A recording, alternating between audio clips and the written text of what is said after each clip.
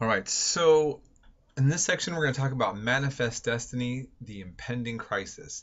Um, now, we've already addressed before when I talked about how European settlers came here, kind of seeing this as the new Canaan. And in fact, there is an area in the United States actually called New Canaan, right? And that idea of kind of God inspiring um, the people of the United States, the immigrants coming here to take this land, um, wasn't was an ongoing belief that led to the expansion of the creation of the United States. And some argue that even now, the way that the United States sees itself in the world is still under this kind of idea that by default we are the nation, we are God's chosen people, and that what we do is ultimately always seen as right. I mean, if you even think about it now, Americans don't think of themselves, we don't conceive of ourselves as an aggressor ever. We have to be righteous, right? It's kind of just a part of our cultural ideal. But as we're learning in history, anybody who has an ideal and what you actually do can be two different things. Now, I'm not saying, uh, I'm merely just pointing out that we have a historic idea of ourselves that still carries on.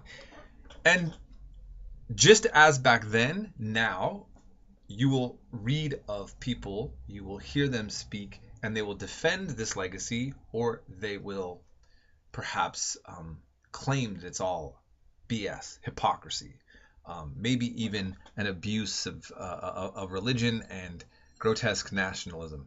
Now, I'm telling you different voices, which you're already seeing between reading Zen and some of the other exposure I've given you to people, um, uh, you know, that this continuing controversy of the U.S. legacy is on. Okay, here's an example. We're going to be talking a lot about the Mexican-American War.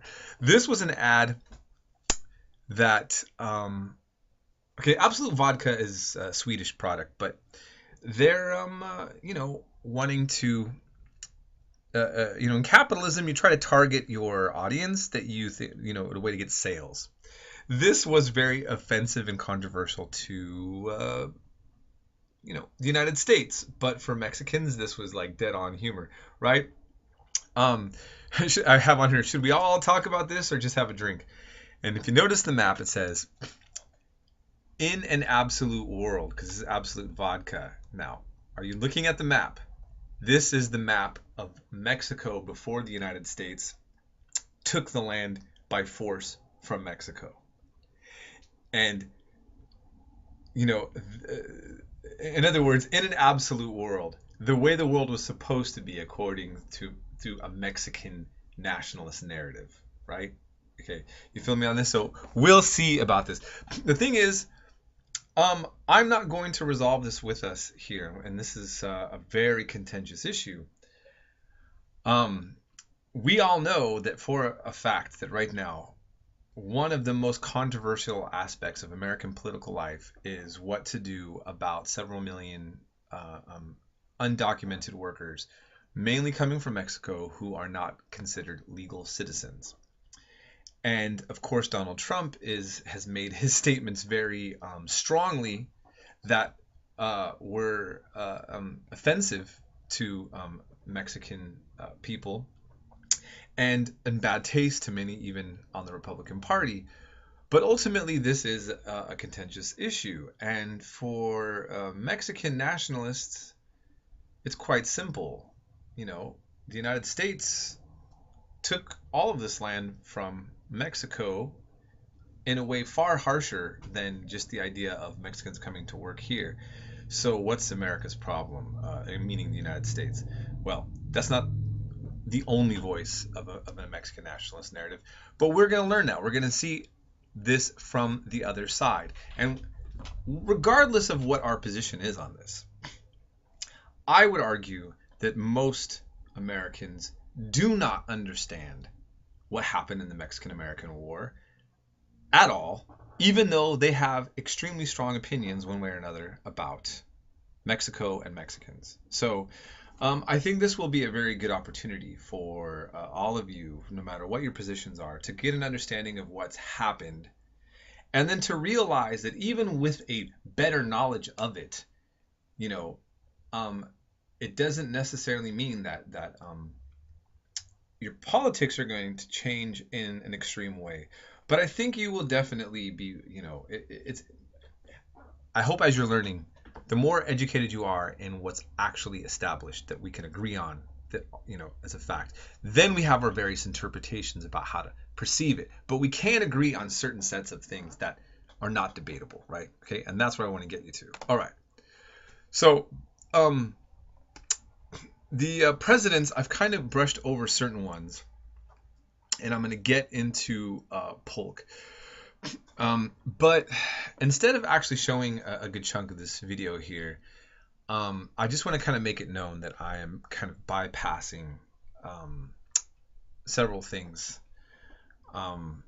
in this history. If you would kind of like to catch up to speed and go over some of the presidents of where we're at, I will start. You could just YouTube this and start. That set the stage for another epic battle in American political history. Around this time, around 30 minutes into, and it'll kind of just get you up to speed on some of the other presidents, because I'm really going to be focusing mainly on Polk. Okay. By the way, my last name, Pollock, and Polk, he was a Pollock when he was in Scotland.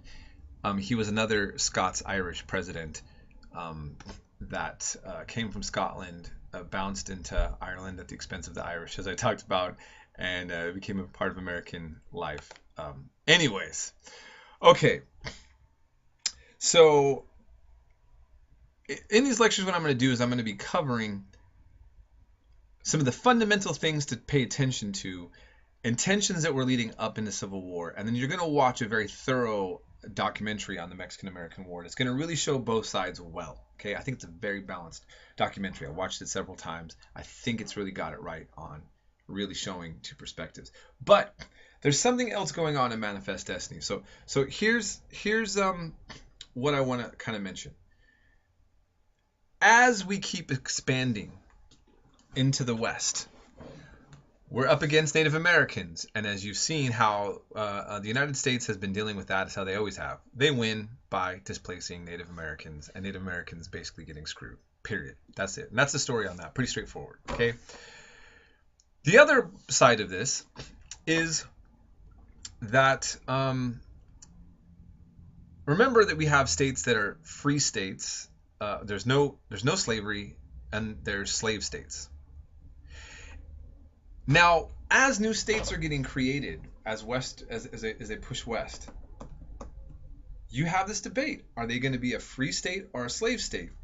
Now, there's already tension in the nation over two systems that are really not compatible, right?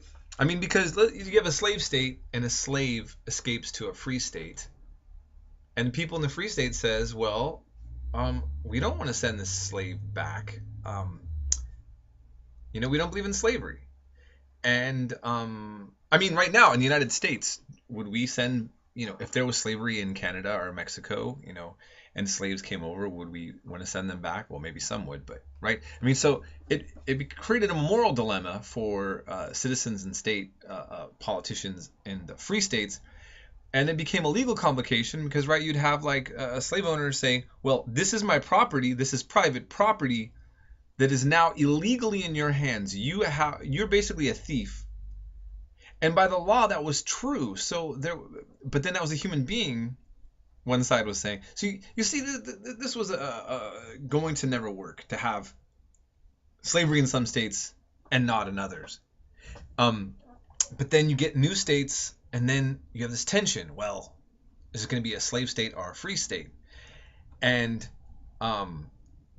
what some people will do, and we'll talk about this in more detail, and it gets really nasty in Kansas in the 1850s, just about a decade from what we're talking about, where you have settlers moving in with slaves to try to make it a slave state, and then you have people moving into that state that are against slavery to try to make sure that they make a vote against slavery. So before the Civil War happened, there were already many civil wars and battles going on, in a certain sense, over the issue of slavery between Americans, and especially as these new states were being incorporated.